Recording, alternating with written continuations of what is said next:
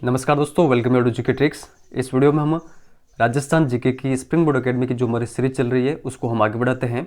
देखिए, इस वीडियो से पहले हमने 4 टॉपिक कवर कर लिए हैं राजस्थान जीके से संबंधित, जो कि स्प्रिंग बोर्ड एकेडमी के नोट्स से हैं। इस वीडियो में हम राजस्थान के एकीकरण से संबंधित सारे फैक्ट कवर करेंगे। और देखिए, आपको विश्वास दिलाना चाहूँगा कि सारे फैक्ट इंक्लूडेड है।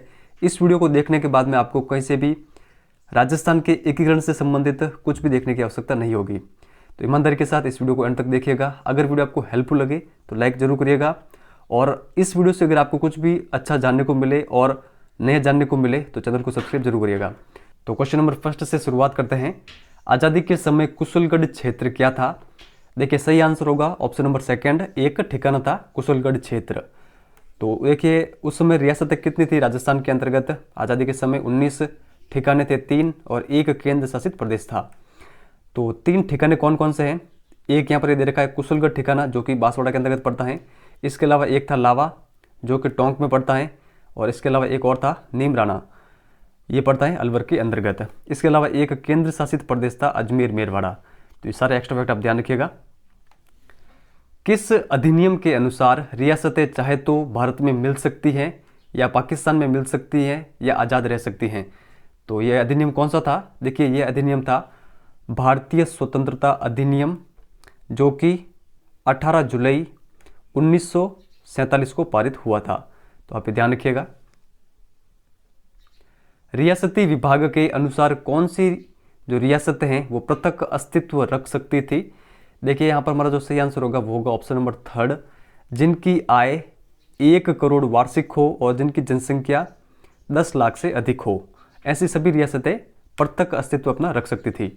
तो राजस्थान में ऐसी कितनी रियासतें थी? तो 4 रियासतें थी। कौन कौन सी? जयपुर, जोधपुर, बीकानेर और उदयपुर। तो ये आप ध्यान रखिएगा।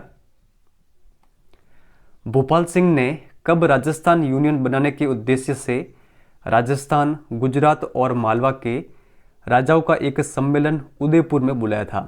तो देखिए, राजस्थान यूनियन बनाने के उद्देश्य से यह सम्मेलन बुलाया गया था भोपाल सिंह के द्वारा 25-26 जून 1946 को। तो आप ध्यान रखिएगा, थर्ड नंबर ऑप्शन यहाँ पर सही आंसर होगा। इस सम्मेलन के अंतर्गत देखिए कुल 22 राजा शामिल हुए थे। तो इफेक्ट आप ध्यान रखिएगा। राजस्थान का एकीकरण कितने चरणों में संपन्न हुआ? देखिए, सही आंसर होगा राजस्थान का एकीकरण 7 चरणों में संपन्न हुआ था। देखिए, प्रथम जो 5 चरण हैं उनके नाम मैं आपको बता देता हूँ। प्रथम चरण का नाम है मत्स्य संघ, सेकंड का राजस्थान संघ, जिसे पूर्व राजस्थान भी कहते हैं, थर्ड का नाम है संयुक्त राजस्थान, फोर्थ का नाम है वृहत राजस्थान, और फिफ्थ का नाम है संयुक्त वृहत राजस्थान। तो आप ध्यान रखिएगा। आगे चलते हैं। मत्स्य संघ का नामकरण किन के द्वारा किया गया? देखिए, सही आंसर होगा यहाँ पर option number third, KM. Munshi के द्वारा प्रथम चरण का नाम मत्स्य संघ किया गया था। ये आप ध्यान रखिएगा। प्रथम चरण में शामिल रियासतें कौन कौन सी थी? तो धौलपुर, करौली, अलवर और भरतपुर, और एक ठिकाना था नीमराणा। तो ये आप ध्यान रखिएगा। मत्स्य संघ का राज्य प्रमुख किसे बनाया गया था? देखिए, यहाँ पर हमारा सही आंसर होगा धौलपुर के राजा उदयभान सिंह को मत्स्य संघ का राज्य प्रमुख बनाया गया था। तो आप ये ध्यान रखिएगा। और उप राज्य प्रमुख किसे बनाया गया था? तो करौली के राजा गणेशपाल को। तो ये फैक्ट आप ध्यान रखिएगा। मत्स्य संघ की राजधानी क्या थी? देखिए, सही आंसर होगा third number option, Alwar. Alwar Matsya संघ की राजधानी थी। उस समय अलवर के राजा थे तेजकर्ण। मत्स्य संघ का उद्घाटन कहां पर किया गया था? देखिए, सही आंसर होगा मत्स्य संघ का उद्घाटन किया गया था भरतपुर के अंतर्गत। कब? तो डेट आपको जरूर ध्यान रखनी है, 18 मार्च 1948 को। तो ये आप ध्यान रखिएगा। और ये उद्घाटन किन के द्वारा किया गया ये भी आप ध्यान रखिएगा, नरहरि विष्णु गाडगिल के द्वारा। मत्स्य संघ का उप प्रधानमंत्री किसे बनाया गया? देखिए, सही आंसर होगा option number second, Jugal Kishore Chaturvedi को बनाया गया था उप प्रधानमंत्री मत्स्य संघ का। इनका संबंध है भरतपुर से। अगर आपसे केवल प्रधानमंत्री के बारे में पूछे तो प्रधानमंत्री बनाए गए थे मत्स्य संघ के शोभाराम कुमावत, अलवर, इनको। तो आप ध्यान रखिएगा। मत्स्य संघ की वार्षिक आय कितनी थी? देखिए, सही आंसर होगा 184 लाख। कुछ एक्स्ट्रा फैक्ट देखिए इनके मत्स्य संघ के संबंध में। क्षेत्रफल की अगर हम बात करें तो क्षेत्रफल था इसका लगभग 12,000 वर्ग किलोमीटर। तो आप ये ध्यान रखिएगा। और मत्स्य संघ की जनसंख्या थी 18,38,000। तो ये दोनों फैक्ट आप ध्यान रखिएगा। एकीकरण का प्रथम व्यक्तिगत प्रयास किसके द्वारा किया गया? देखिए सही आंसर होगा कोटा के राजा भीम सिंह के द्वारा।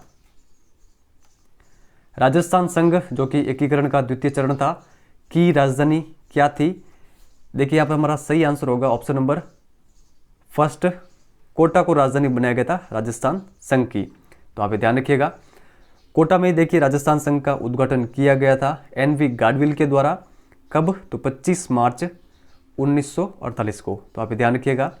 और कोटा के राजा भीम सिंह को राज प्रमुख बनाया गया था राजस्थान संघ का। तो ये फैक्ट आप ध्यान रखिएगा।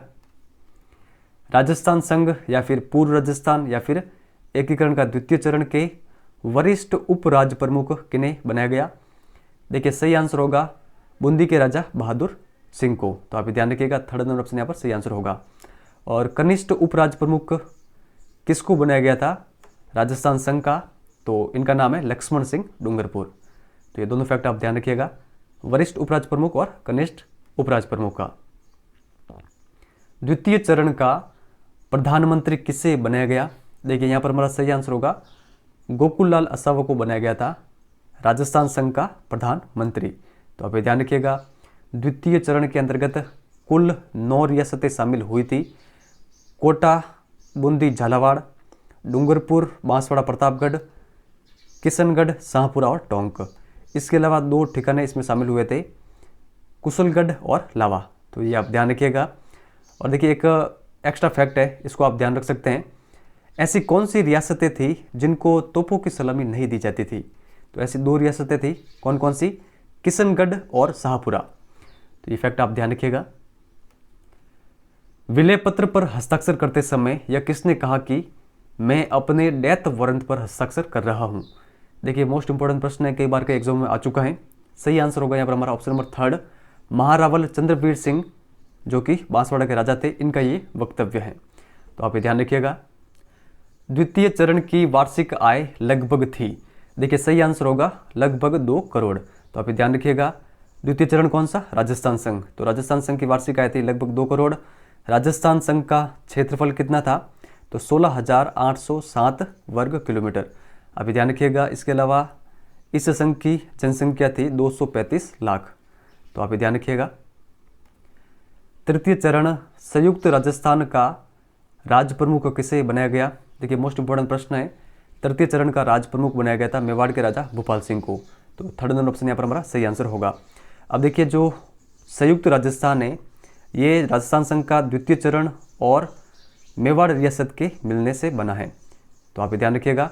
इसके अलावा अगर हम बात करें कि राज प्रमुख के अलावा इस संघ में यानी संयुक्त राजस्थान में वरिष्ठ उप राज्य प्रमुख किनको बनाया गया था? तो देखिए ये बनाया गया था भीम सिंह को। और कनिष्ठ उप राज्य प्रमुख किनको बनाया गया था? तो देखिए बूंदी के बहादुर सिंह और डूंगरपुर के लक्ष्मण सिंह को कनिष्ठ उप राज्य प्रमुख बनाया गया था तृतीय चरण के अंतर्गत। तो आप ये ध्यान रखिएगा। संयुक्त राजस्थान का उद्घाटन किसने किया? तो यहाँ पर हमारा सही आंसर होगा जवाहरलाल नेहरू ने। और कहाँ पर किया? तो देखिए उदयपुर के अंतर्गत इसका उद्घाटन किया गया था और उदयपुर को ही संयुक्त राजस्थान की राजधानी बनाया गया था। और देखिए उद्घाटन कब किया गया उदयपुर के अंतर्गत संयुक्त राजस्थान का? तो 18 अप्रैल 1948 को। तो ये सारे फैक्ट आप ध्यान रखिएगा। संयुक्त राजस्थान का प्रधानमंत्री किसे बनाया गया? देखिए यहाँ पर हमारा सही आंसर होगा माणिक्यलाल वर्मा को संयुक्त राजस्थान का प्रधानमंत्री बनाया गया था। और देखिए संयुक्त राजस्थान का उप प्रधानमंत्री किनको बनाया गया था? तो गोकुल लाल असावा को। तो ये फैक्ट आप ध्यान रखिएगा। संयुक्त राजस्थान की वार्षिक आय कितनी थी? देखिए यहाँ पर हमारा सही आंसर होगा 3.16 करोड़ संयुक्त राजस्थान की वार्षिक आय थी। तो आप ये ध्यान रखिएगा। संयुक्त राजस्थान का क्षेत्रफल कितना था? तो 29,777 वर्ग किलोमीटर। मेवाड़ राजा भूपाल सिंह को कुल कितना प्रिवी पर्स दिया गया था? देखिए सही आंसर होगा 20 लाख। तो आप ये ध्यान रखिएगा। देखिए इन 20 लाख का अगर हम डिवाइडेशन करें तो इनको देखिए 10 लाख तो जो औपचारिक प्रिवी पर्स हैं जो सभी राजाओं को दिया जाता था, उस रूप में दिए गए। बाकी 5 लाख इनको राज प्रमुख के वेतन के रूप में दिया गया और 5 लाख इनको धार्मिक अनुदान के नाम पर दिया गया। तो ये आप ध्यान रखिएगा। राजस्थान आंदोलन समिति का गठन किसने किया? देखिए सही आंसर होगा राम मनोहर लोहिया ने राजस्थान आंदोलन समिति का गठन किया था। मेन कारण क्या था इस समिति के गठन का? तो देखिए तृतीय चरण के बाद में जो शेष बची रियासतें थी उनके शीघ्र विलय की मांग के कारण इस समिति का गठन किया गया था राम मनोहर लोहिया के द्वारा। तो आप ध्यान रखिएगा। वृहद राजस्थान का विधिवत उद्घाटन कहाँ पर किया गया? देखिए सही आंसर होगा जो चौथा चरण था वृहद राजस्थान, इसका विधिवत उद्घाटन किया गया था जयपुर के अंतर्गत। कब किया गया? तो 30 मार्च 1949 को। तो आप ध्यान रखिएगा। उद्घाटन किन के द्वारा किया गया? तो ये भी आप ध्यान रखिएगा वल्लभ भाई पटेल के द्वारा, सरदार वल्लभ भाई पटेल के द्वारा। तो आप ध्यान रखिएगा। वृहद राजस्थान का राज प्रमुख किसे बनाया गया था? देखिए सही आंसर होगा जयपुर के राजा सवाई मानसिंह द्वितीय को। तो आप ध्यान रखिएगा। अब कुछ एक्स्ट्रा फैक्ट वो भी देख लेते हैं। वृहद जो राजस्थान है इसके वरिष्ठ उप राज प्रमुख किनको बनाया गया था? तो 2 व्यक्ति थे। जोधपुर के उस समय राजा थे हनुमंत सिंह और कोटा के राजा भीम सिंह, इन दोनों को वरिष्ठ उप राज प्रमुख बनाया गया था। कनिष्ठ उप राज प्रमुख किनको बनाया गया? तो जो लास्ट में थे बहादुर सिंह बुंदी, लक्ष्मण सिंह डूंगरपुर, इन दोनों को कनिष्ठ उप राज प्रमुख रखा गया। किसके अंतर्गत? वृहद राजस्थान के अंतर्गत। तो आप ध्यान रखिएगा। और देखिए जो मेवाड़ के राजा भूपाल सिंह थे उनको महाराज प्रमुख बना दिया गया था इस चरण के अंतर्गत। तो आप ध्यान रखिएगा।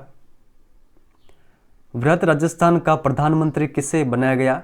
देखिए सही आंसर होगा हीरालाल शास्त्री को बनाया गया था वृहद राजस्थान का प्रधानमंत्री। तो आप ध्यान रखिएगा। पी सत्यनारायण राव कमेटी की सिफारिशों के आधार पर किसे खनिज और कस्टम व एक्साइज विभाग घोषित किया गया? देखिए सही आंसर होगा उदयपुर को। तो आप ध्यान रखिएगा।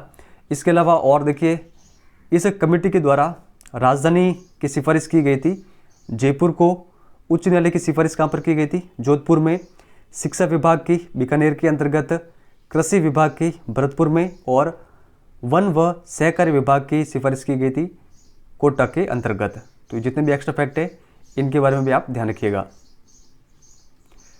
किस समिति की सिफारिश पर वृहद राजस्थान का मत्स्य संघ में विलय किया गया था? देखिए सही आंसर होगा शंकर देव समिति की सिफारिश के आधार पर। तो आप ध्यान रखिए। देखिए जो 5वां चरण है, 5वां चरण कौन सा है? संयुक्त वृहद राजस्थान, जो कि वृहद राजस्थान और मत्स्य संघ इन दोनों के मिलने से बना था। तो आप ध्यान रखिएगा। इस चरण के प्रधानमंत्री कौन थे? तो हीरालाल शास्त्री। और जो ये 5वां चरण है ये कब गठित हुआ था? तो ये डेट आप ध्यान रखिएगा 15 मई 1949।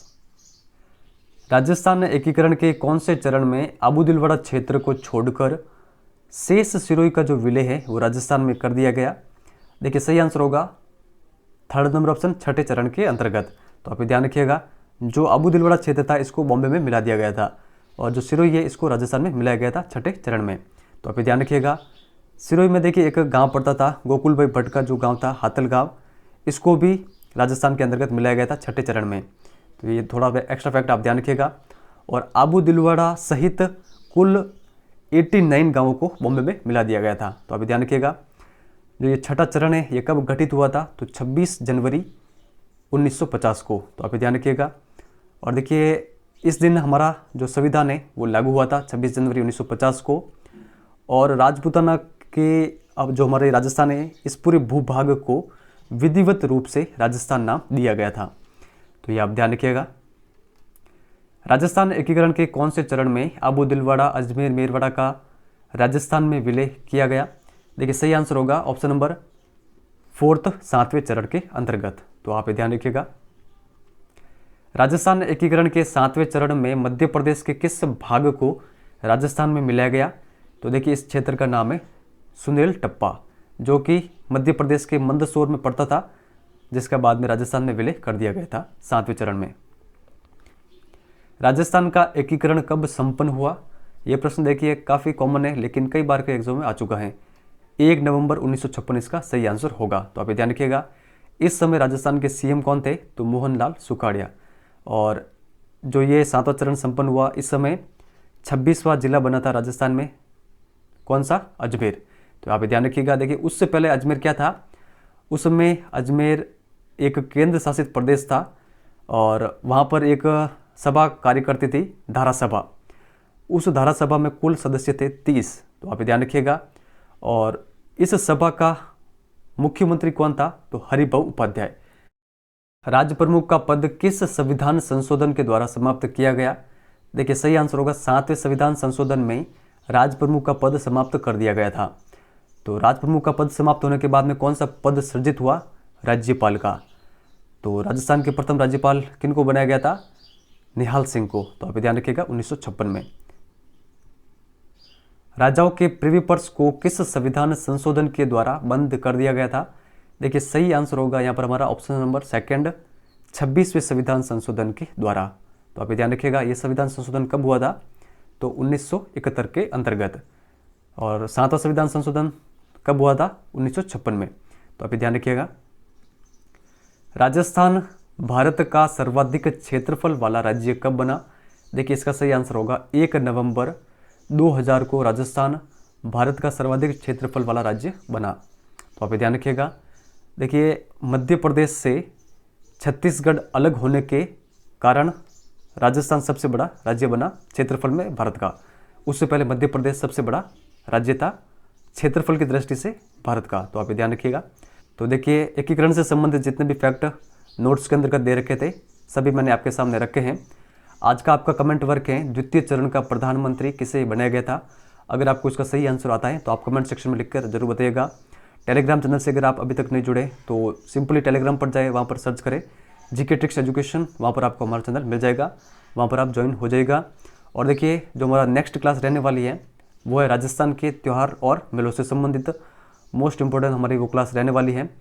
इसके अलावा इसके आगे कौन कौन सी क्लासें आने वाली हैं वो मैंने डिस्क्रिप्शन के अंतर्गत मेंशन कर रखी है, तो वहाँ पर आप देख सकते हैं। अगर आपने इनसे पहले जितने भी मैंने वीडियोस बनाए हैं उनको नहीं देखा है तो उनको देखकर आप सारा ये मैटर लिख सकते हैं। मैं पूरी कोशिश कर रहा हूँ कि एक भी फैक्ट नहीं छूटे और आपका अच्छा से अच्छा जो ये मैटर है वो यहाँ पर आपको मिल जाए।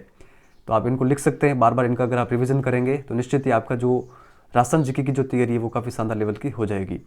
इस वीडियो में इतना ही है। वीडियो अगर हेल्पफुल लगा हो तो लाइक शेयर जरूर करेगा। चैनल पर अगर आप नए हो तो सब्सक्राइब भी जरूर करिएगा। इस वीडियो में इतना ही है। धन्यवाद।